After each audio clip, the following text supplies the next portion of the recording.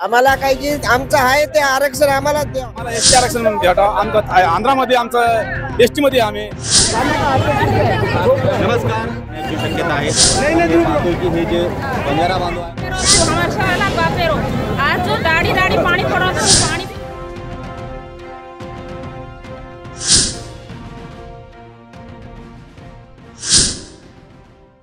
नमस्कार. आज आपण आलो तर नांदेड जिल्ह्यामध्ये, विशेष म्हणजे नांदेड जिल्ह्यामध्ये आज सगळ्यात मोठा भव्य असा या ठिकाणी बंजाराचा एल्गार मेळावा आहे आणि आपण पाहतोय की ड्रोनची दृश्य महासागरच्या माध्यमातून आपण हे सगळे दृश्य पाहतोय की आज आंदोलनाची ही सुरुवात झाली आहे आणि आंदोलक कशा पद्धतीने नांदेडमध्ये आज येत आहेत आणि हे सगळी दृश्य महासागरच्या माध्यमातून आपण ड्रोनच्या माध्यमातून पाहतोय.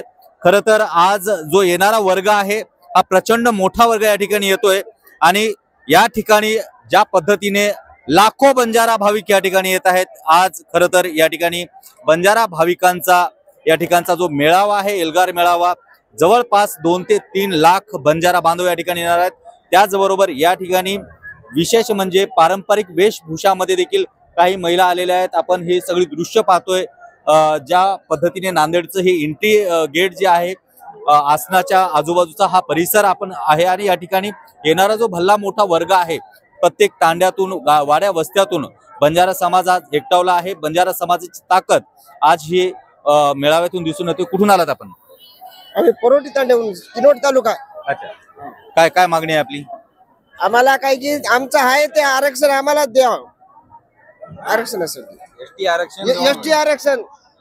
किनवटून आलो. अच्छा, काय काय मागणी आहे आपली? आम्हाला एसटी आरक्षण द्यावं, कारण आम्ही हैदराबाद गॅजेट मध्ये एसटी आरक्षणचा होता. आम्ही आरक्षण आमचं. आपण पाहतोय की या ठिकाणी बरेचसे बंजारा बांधव एका ठिकाणी आले आहेत आणि म्हणजे या ठिकाणी हे ज्या ठिकाणी आज या ठिकाणी जेवणाची व्यवस्था देखील, जेवण आणि पाण्याची व्यवस्था देखील या ठिकाणी करण्यात आली आहे.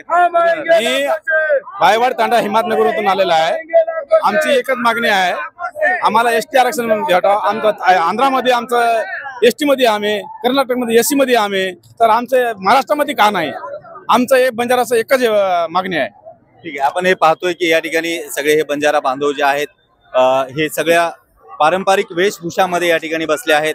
खरं तर हा तांड्यातून आलेला हा वर्ग जो आहे, या ठिकाणचं पाण्याची व्यवस्था, जेवणाची व्यवस्था या ठिकाणी करण्यात आली आहे आणि आता आंदोलन सुरू होण्यापूर्वीचे हे दृश्य आपण पाहतोय.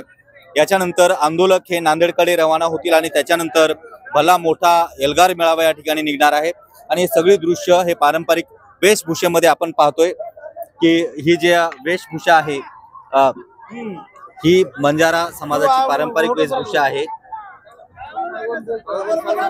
आणि हे सगळे आज वेगवेगळ्या वेशभूषेमध्ये जरी असतील तरी हा वाड्या वस्त्यात तांड्यात राहणारा हा वर्ग जो आहे हा या ठिकाणी आंदोलनामध्ये सहभागी होण्यासाठी आला आहे.